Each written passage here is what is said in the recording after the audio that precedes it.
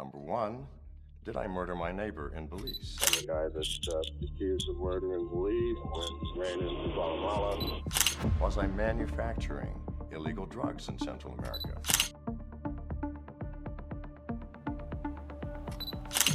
I have no idea. McAfee first came into prominence through his software company, McAfee Associates, where he developed the first commercial antivirus software. This is the number one virus. It is the number one computer threat. It's real. I was getting paranoid. I started to see more and more security people. So is McAfee a successful entrepreneur who went mad and killed his neighbor? Or is he the potential savior of America?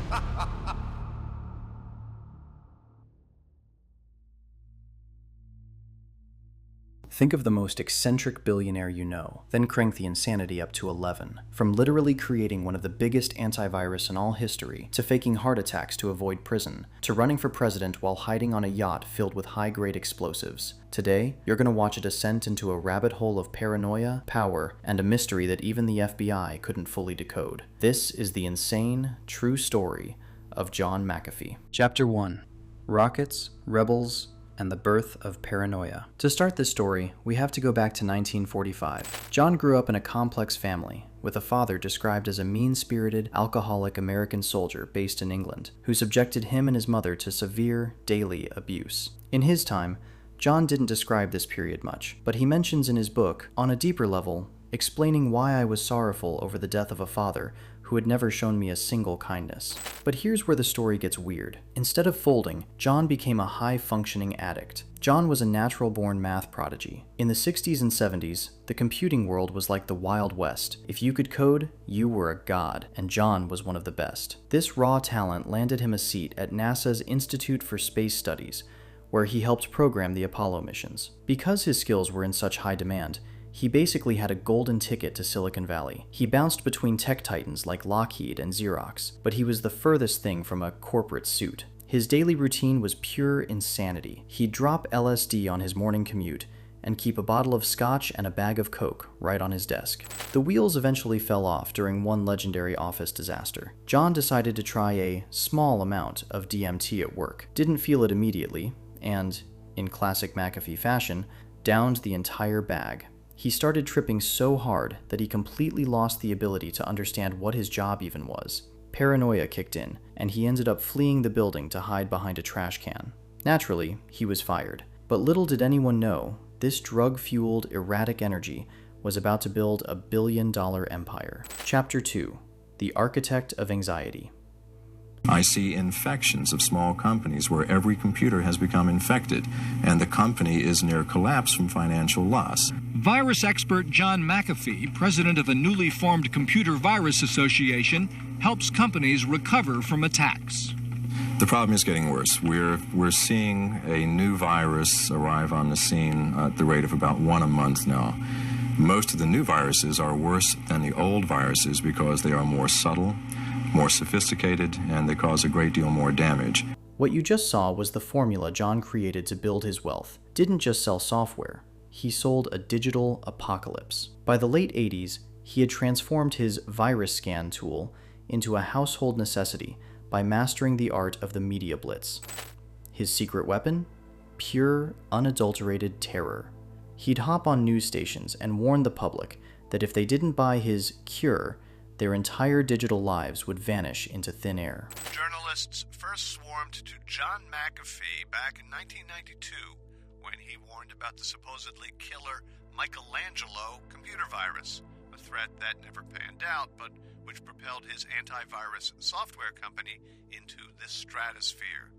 Next, he fascinated by pioneering aero-trekking. Inside the walls of McAfee Associates, things were even weirder. This wasn't your typical 9-to-5. It was a high-stakes tech commune that felt more like a cult than a corporation. John didn't look for resumes.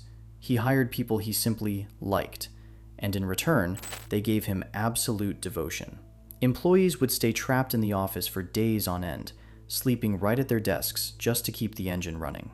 But as the company grew into a massive public entity, the suits moved in. Investors wanted a professional CEO, not a man who treated his office like a clubhouse. John, never one to take orders, decided to pull the ultimate power move. Less than 2 years after the company went public, he cashed out every single share. He walked away with a cool $100 million and left the corporate world in his rearview mirror, ready to see just how much trouble that kind of money could buy. Chapter 3: The Great Escape to the Jungle.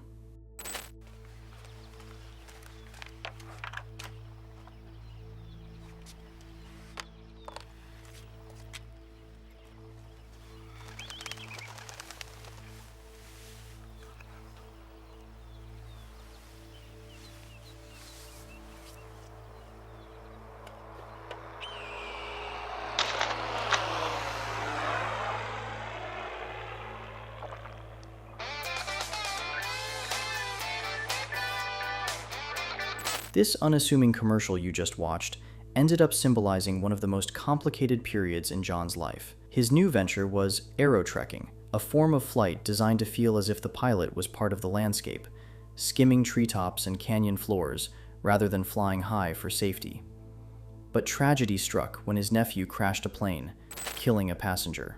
Suddenly, John was staring down a massive $5 million wrongful death lawsuit. So, instead of fighting it out in an American courtroom, John decided to pull a disappearing act. He staged a massive televised auction to convince the world he was actually going broke. After cashing out, John didn't exactly head for a quiet retirement. He traded the boardroom for the jungle of Belize. But this clearly did not come without controversy. He built a private army made up of hardcore ex-cons, primarily out of a declared fear that local authorities wasn't elevated in looks like the jungle, even though he claims to have helped the community a lot. McAfee says he was helping the locals, feeding poor families and providing many with jobs. I employed half of the town. I can show you a letter from the mayor saying that Mr. McAfee's done more for Orange Walk than any of our citizens have. When the government came to me and asked for a $2 million donation, I politely declined it. A week later, 42 armed soldiers stormed my property, my dog in front of my eyes, more or less tortured me, destroyed $500,000 worth of my property, and then left. And while he was there, he convinced a brilliant scientist, Allison Adonisio, to build a medical facility in the wild. But she accused him of very serious things. And you can imagine where these accusations are going, even though John has abruptly denied them. The Middleton incident. When John suspected a man named David Middleton of stealing from him, he allegedly sent his hitmen to Middleton was beaten so badly he slipped into a coma and died. Yet John remained untouched by the law. The final straw. John's pack of aggressive guard dogs was the talk of the beach, leading to a massive feud with his neighbor, Greg Fall. After Fall threatened to stop the dogs, the animals were poisoned, and the very next day, Fall was found dead. John was the prime suspect, but never accused, and vanished into the shadows, sparking one of the most bizarre international manhunts in history. Chapter 4: The Disguise, the Leak, and the Fake Heart Attack. When the Belizean authorities labeled him a person of interest in his neighbor's death, John didn't just go into hiding. He turned his escape into a twisted piece of performance art. He went full secret agent, dyeing his hair, wearing bizarre disguises, and even faking a stroke to move around unnoticed. His goal was simple: get out of Belize, a place he now claimed was run by a corrupt government trying to assassinate him. He eventually managed to slip across the border into Guatemala, making the illegal crossing by boat to seek safety. But John couldn't help himself. He wanted the world to watch. He invited a film crew from Vice News to document his life as a fugitive, thinking the media presence would keep him safe. This led to one of the most legendary fails in tech history. The reporters posted a photo of John online without scrubbing the GPS metadata.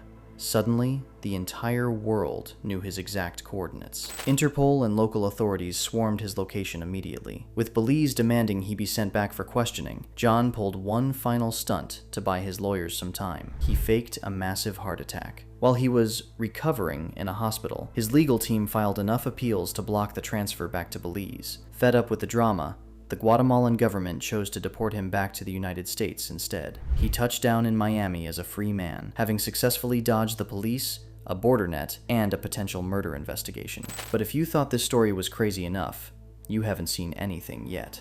Chapter 5: Crypto Kings, Tax Wars, and the Final Voyage. My government is dysfunctional. For the 300 million other Americans, you are in the same boat with me. So stand with me to protect our freedom. Visit McAfee16.com.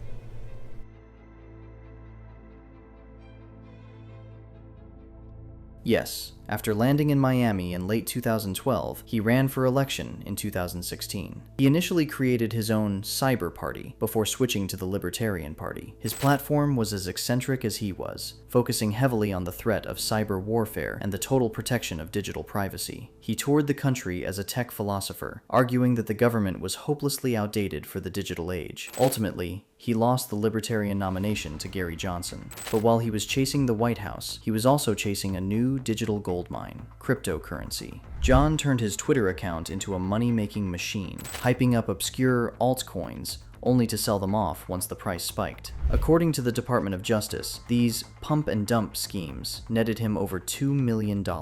Eventually, John's ego led him into a fight he couldn't win, a showdown with the IRS. He didn't just hide his money, he bragged about it, publicly declaring on social media that he hadn't paid a single cent in taxes for 8 years. He claimed it was a matter of principle, arguing that since he had already paid millions in the past and received nothing in return, he was officially done with the system. In 2020, John decided to go for it again, but this time, the stakes were much higher. Now a fugitive from the IRS for tax evasion, he couldn't actually step foot on US soil without being arrested. His solution? He launched a presidential campaign in exile from a luxury yacht filled with guns, alcohol, and a satellite internet connection.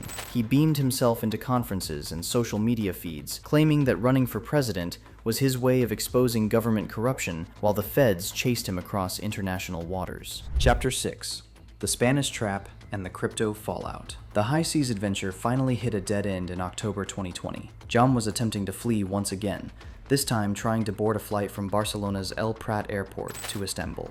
But his luck had run out. Spanish authorities intercepted him right at the gate. The hammer didn't just fall, it crushed him. Here is how the end began. The international dragnet. His arrest wasn't a coincidence. It was the result of a massive international warrant triggered by the US government for his refusal to pay taxes. The SEC strikes back. Just 24 hours after he was put behind bars, the SEC piled on with a massive federal lawsuit, the $23 million secret. They officially charged him with running illegal pump-and-dump schemes in the crypto world, claiming he pocketed over $23 million by manipulating his followers and never telling Uncle Sam about a single cent of it. John had spent his whole life outrunning the system, but now, the system had him cornered in a Spanish cell, and it had no intention of letting him go. Chapter 7.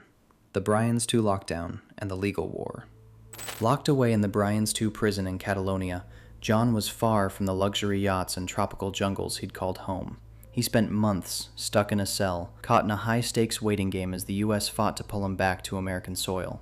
On June 23, 2021, the legal battle reached its breaking point when the Spanish National Court officially greenlit his extradition to the United States. For John, this was the ultimate defeat. After a lifetime of outrunning the law, he was hours away from being handed over to the very government he feared most.